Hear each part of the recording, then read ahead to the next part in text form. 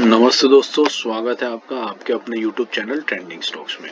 कल 8 ऑफ में वेडनेसडे का दिन, कल के दिन के लिए हमने कुछ स्टॉक्स को आइडेंटिफाई किया है जिनको आप अपने वॉच लिस्ट पे रख सकते हैं स्विंग ट्रेडिंग के पर्पज से।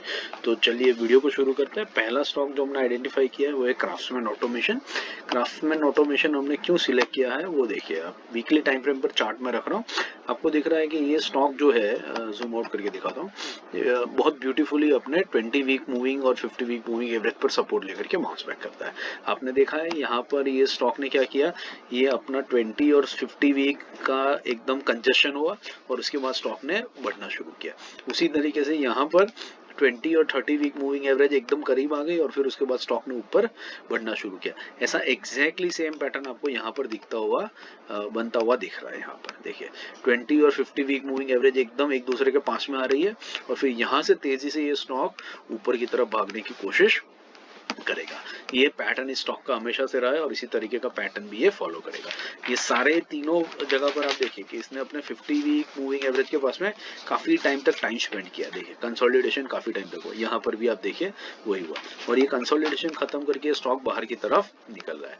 तो ये पिछले 6 हफ्तों का जो कंसोलिडेशन हो उसका जो सबसे लो पॉइंट है इस रेंज का वो है 40 टू 50। तो 40 टू 50 पर मैंने ये रेड लाइन ड्रॉ करके रखी है।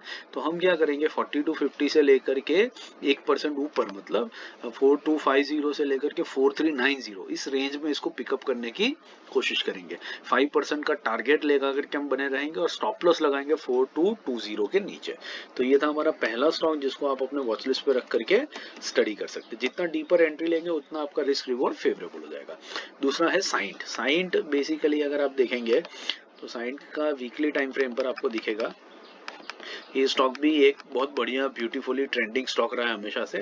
आईटी स्टॉक्स में प्रेशर होने की वजह से ये काफी हफ्तों से कंसोलिडेट कर रहा है, लेकिन इस कंसोलिडेशन में आप देखिए इसने जैसे ही अपने 50 वीक मूविंग एवरेज को टच किया, ये बड़ी सी कैंडल लेकर के इसने रिजेक्शन दिखाया। यहाँ पर देखिए ये बहुत बड़ा रिजेक्शन यहाँ पर स्टॉक ऑलरेडी इस कैंडल में आज के दिन में दिखा सका है, तो दिखा चुका है। तो हम लोग क्या, और इसे 50 वीक मूविंग एवरेज के ऊपर जाकर के क्लोजिंग दे दिया, मतलब ये इसको रिस्पेक्ट कर रहा है। तो हम क्या करेंगे, इसका इस कैंडल का जो लो है इस वीक का, दैट इज 1751, उस लेवल से अभी के प्राइस के बीच में हम इसको पिक करने की कोशिश करेंगे and there is a very good chance कि ये स्टॉक यहीं से बाउंस बैक लेकर के ऊपर की तरफ भागेगा।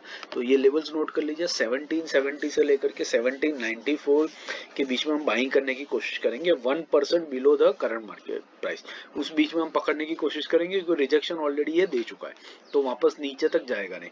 और इस कैंडल का जो लो है 1751, उससे 1 रुपया नीचे हम इसका स्टॉप लॉस लगाएंगे और 5% के टारगेट के लिए आप इस स्टॉक के अंदर में बने रह सकते हैं।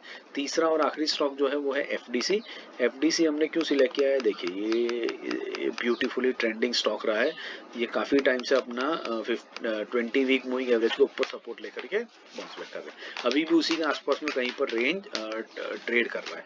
तो हम इसको जो 20 वीक मूविंग एवरेज है इसका 434, उसके आसपास में बाई करने की कोशिश करेंगे। तो रेंज नोट कर लीजिए, 434 से 438 के बीच में हम इसको बाइंग के लिए लेंगे, 5% का टारगेट के लिए वेट करेंगे और 430 के नीचे हम स्टॉप लॉस इसका लगा देंगे।